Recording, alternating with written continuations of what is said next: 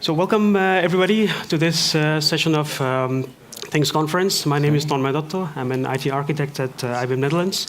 And today I'll be talking about the integration project. It was a proof of concept that I did last year. Oh, is it flickering? Change the resolution. Oh, okay.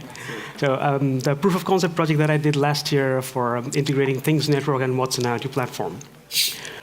First, this is the agenda for today. I will talk a little bit about what an IoT platform is. I think you're already familiar with it. I already saw many raised hands. And then I talk about the solution overview, some of the detailed steps that was involved. And then I have to talk about a little bit, of course, about the benefits of what's an IoT platform. And then if there are any questions, I would like to address them. OK. Yeah. This was a story from one of my colleagues. It's a real situation. Maybe you would like to reflect on this one.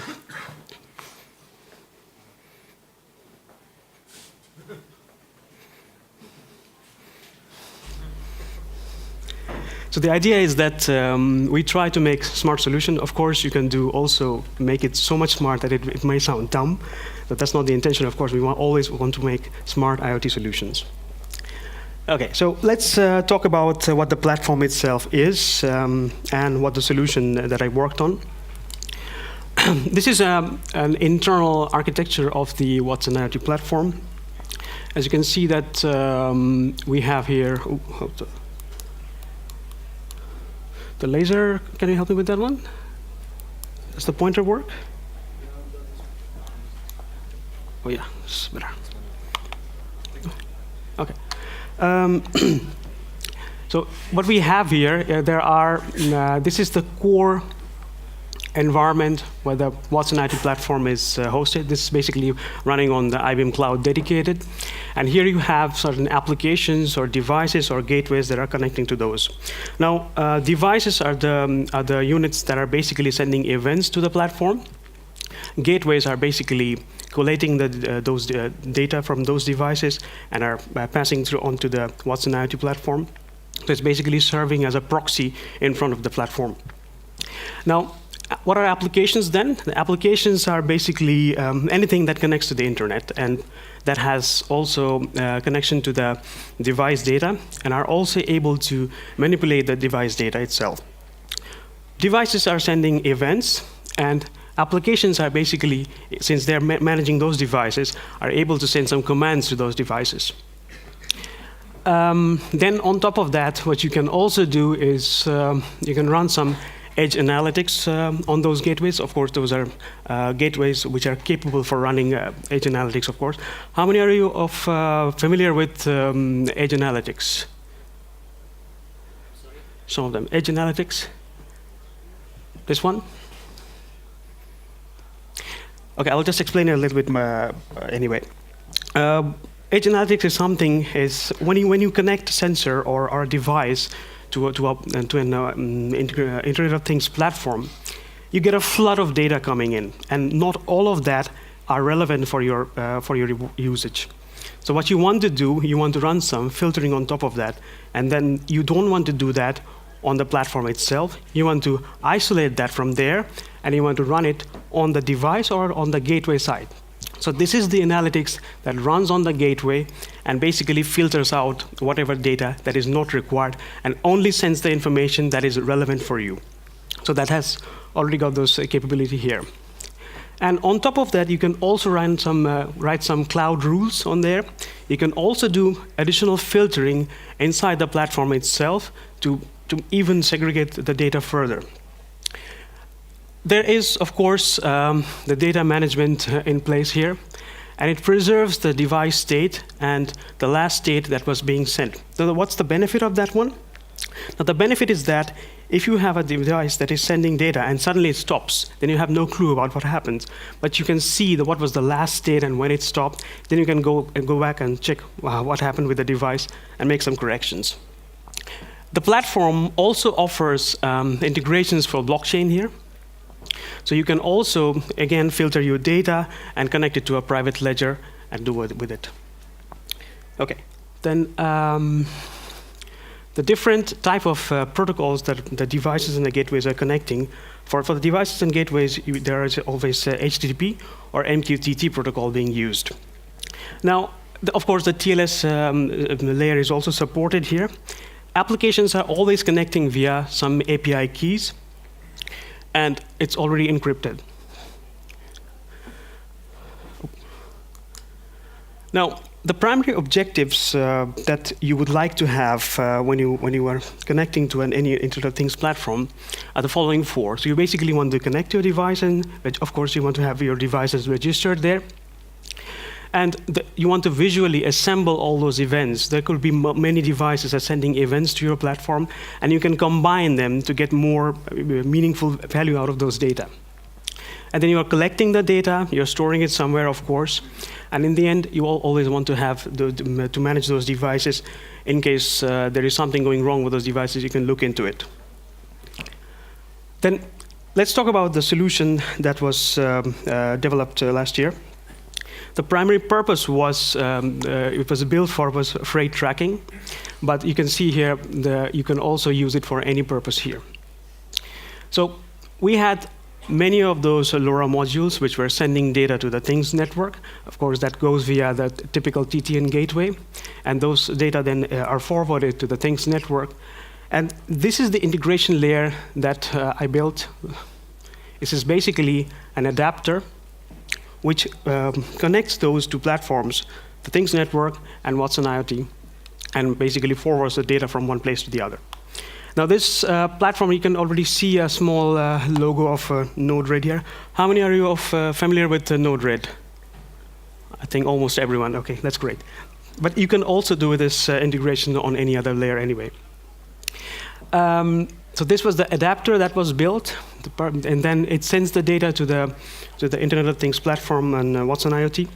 And then finally, the purpose was to visualize the data and then run some analytics on top of that one. So the ingredients that was used was very simple. So get some LoRa modules, and of course you need to have access to your TTN. And then IBM Cloud dedicated account was also needed for me, then because of course the integration is happening there in the end. And then Internet of Things is basically offered as a service on the platform, so you would have to also request that service. And the final integration happened on the Node-RED application, and that's why Node-RED was also required. But by the way, when you request for an Internet of Things platform service, Node-RED, Node.js automatically comes along with it, so there is no need to additionally provision any Node-RED. But I'll come back to that one, how that was done in the end. These are the high-level steps that were used. So basically, what I did was setting up the typical TTN access, register some, optionally registered a gateway because I wanted to also visualize the data that was coming in on the TTN side as well. So that's why, in order to have more control, I set up a local gateway as well. And then, of course, then I think you have already gone through all the steps for creating an account and how you register your application there, how you register your gateways, and how you register your devices. Similar steps were followed as well. And then I configured those LoRa devices to communicate with the network by configuring the required keys on that one. Similar was done for the gateway as well, because you also have to do similar things as well. Then in the end, the final piece was implemented in the Node-RED. I will show you how that was done. And then once the devices were sending data, the Node-RED was forwarding the data, the Node-RED adapter was forwarding the data to the Watson IoT platform. And then it was stored on the platform itself, and then I also had to run some analytics on top of that, and finally visualize the data. So this was the end-to-end view of the solution. I think you're already familiar with this device. It's a PyCom unit that I used, and that was communicating with the TTN Nano gateway. The data was coming in here, and you can already see that the Node-RED is running here, but it doesn't really matter. You can also run it Node-RED even on your laptop. As a matter of fact, I also had the Node-RED running on a simple Raspberry Pi, so the integration could also be done outside this. So basically, the adapter can also be placed outside the cloud as well. And so in the end, what happens is it forwards all the data that comes into this Node-RED application to the Watson IoT MQTT server. And there are some APIs in use for authentication purposes. Then I could, once the data comes in, it registers itself as a device. I will show you how. And then on top of that, once you have the data, it stores in the NoSQL database on the cloud environment. Then on top of that, I also applied DB2 warehousing techniques because there was a lot of metadata to be processed, and I also needed information about the metadata as well. So the warehousing basically parses the data, segregates it in a tabular format for further processing. And then, of course, there was a simple smartphone integration as well, where you can also visualize the data there. The keystone for this integration was this TTN Node-RED node. I'm very thankful to these three gentlemen from TTN who basically developed this TTN node. And this is the one basically used for forwarding the data from the TTN network to the Node-RED application. Now, first thing, when you want to set up the service on the Watson IoT platform, what you have to do is a request for the Internet of Things starter platform. Then it comes with a NoSQL database, and also, as you can see, a Node-RED Node.js application. So that's the one was used. Now, in order to receive the data, you would have to have a proxy entrance point onto the platform. And that entrance point is basically a gateway. It's not a physical gateway, it's only a logical definition of a gateway, which will be receiving all the data from that Node-RED integration. So this is what I did here. I created a logical entity here. When you define this gateway, you have to, of course, specify some authentication tokens and everything. And those tokens will be later on used on the Node-RED application. And when you add a Watson IoT node, you have to configure them so that it can automatically authenticate itself to the platform. This was the Node-RED flow. It's very basic. What you have here basically is the TTN node, as I described a couple of slides ago.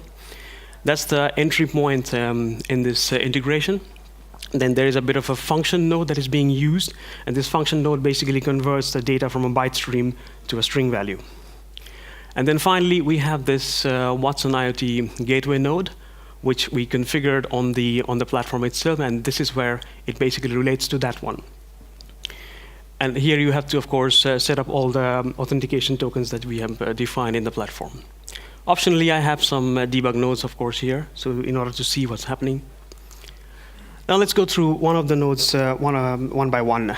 So first is the TTN node configuration. When you configure this, you have to specify the application ID that has been defined in the TTN network console. Now, there's a field for a device ID. Now, can anyone tell me why is this device field left blank? No answers? Okay, let me explain anyway. I could have mentioned a device ID that is already registered under that application, but that would have caused this node to only forward messages specific to the device. If I leave this blank, what happens here, basically, all the devices that are registered under that application are able to forward the data. So that's more beneficial. That's what we want, isn't it? So that every device can send data, and then finally the gateway just forwards them. Okay. And the next one is the function node. This is where a simple string conversion happens. Now you see that here there are two additional properties that I have added here. One is the device type and the device ID. Device ID is basically being derived from the message envelope anyway, because that's already being forwarded from TTN. The device type is something which is a custom field. I just hard-coded this one because that's the one I wanted to have. Of course, this can also be derived from the message envelope that is being forwarded from TTN, should it have something like that. But I couldn't find anything similar, so I had to just hard-code this one. Now, why I have done this one, I will come back to this very soon. Now, this is the final piece in the integration, where the messages are being forwarded to the Watson IoT gateway. This is a definition of the gateway node. You have to specify it as a gateway, and it's of course it's a registered one on the Watson IoT platform. And also you have the credentials that when you define the gateway there, you have to specify them here in order for the authentication to work. Now, once these definitions are already in place on the Node-RED, you will see there's a green dot here. That means the gateway is already connected. So now it's able to receive, it's ready to receive all the messages that are being forwarded from TTN. Now, once a first device that connects to the TTN network and forwards it their messages, what you will see it here, that device will appear here. Now you can see the device ID here and the device type. You remember a couple of slides ago I just specified here a device type and a device ID. Now the device ID is as being forwarded from TTN. The device type was hard-coded. So those automatically appear here. So the device is itself able to register. Since the gateway is already authenticated and it's also a registered device on the TTN console, it'll automatically be able to also register itself here on the platform. Now, why would you want to have a registered device? The reason is that then you would be able to manage it more strictly. Why? Let's have a look. Now, this is a typical message payload that comes in. So the whole chunk of all kinds of metadata. You can see the device ID here. I had to, of course, obscure the app ID because that's my personal, of course. Then you can see all the metadata about the connection that is being used. There's the payload object.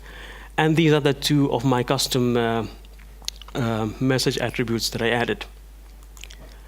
Now, since we have now the device registered itself, I would be able to now visualize all the data, its state, all the recent events that it has sent, and all the set of data that it has been sending. Now, Watson IoT platform automatically parses all the messages that are being sent, and then it will show you in a tabular format, and it will tell you what type of data is being sent, and of course the names are as sent there, and the type it will automatically determine. Here's another view of the data that is being sent. I was using a PySense unit here, and that basically sends all temperature, humidity, and accelerometer data. So that's what you see here, as a matter of fact. Once we have that device in place on the Watson IoT platform, now we can run device-centric analytics on top of that. So what that helps you is get further insight into the data that you're receiving here. So you can also create some line charts. So with the data, unfortunately, it's a bit cut here, but you would be able to also create line charts or pie charts or any kind of charts. And you should be able to combine those different kinds of attribute values into a chart to get more insight on the data. So now the data is there, already available on the Watson IoT platform. Is that it? No, of course not. Now, it's the next step that we move into. And what happens here is basically, now you can run analytics on the data. So you have to, of course, store the data somewhere. You have to, of course, parse. It's already parsed, but you can already do more with the data.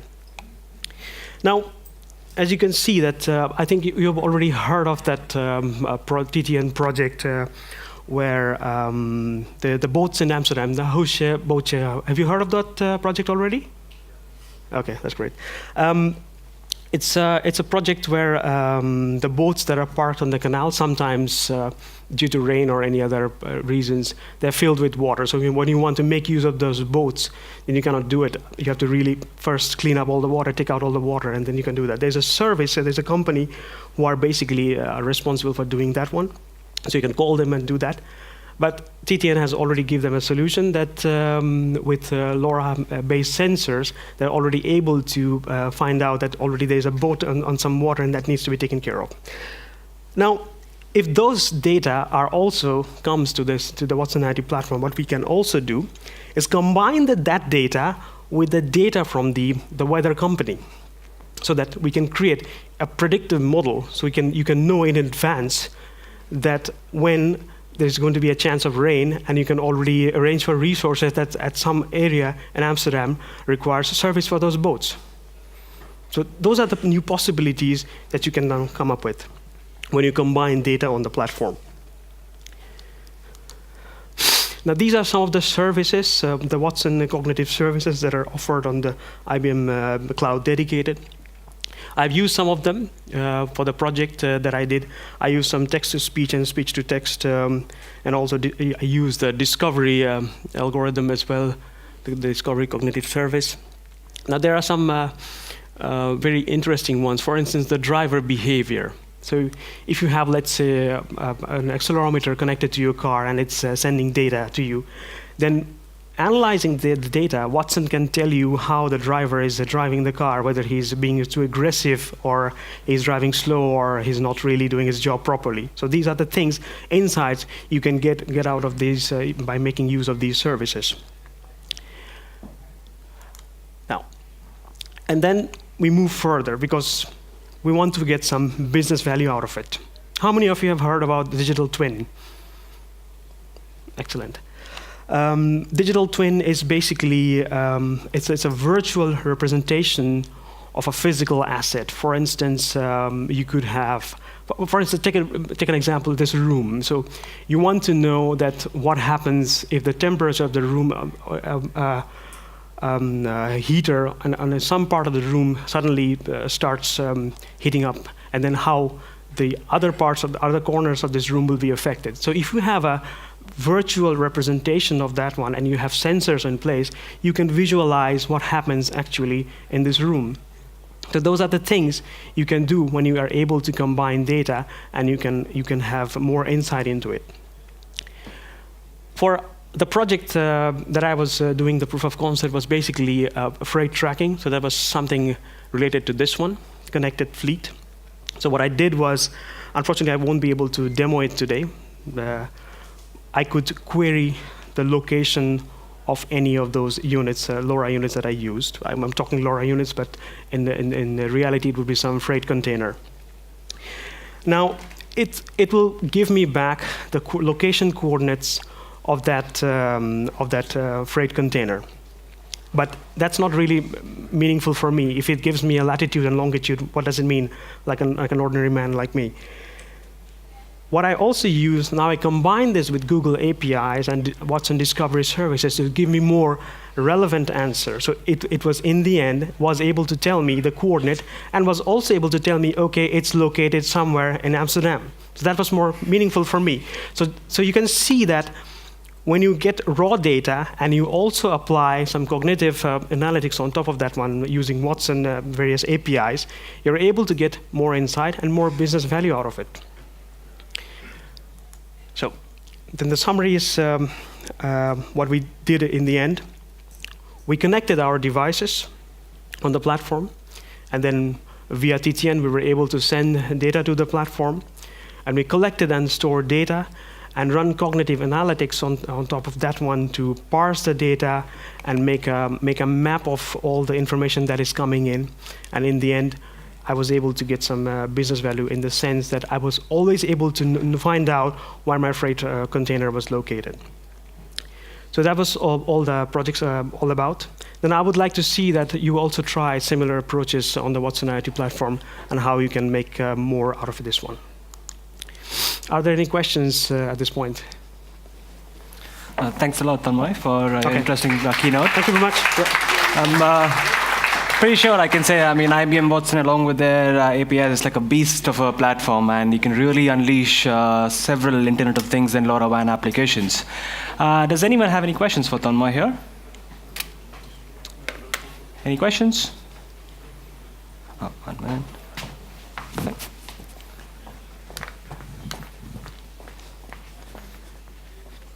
Could you introduce yourself, please? Could you introduce yourself? Hi, I'm Inoue from Selfcast. Actually, I have a general question. So when I talked with my AI expert friend about Watson, so many of them told it is excellent, but all of them told me it is too expensive.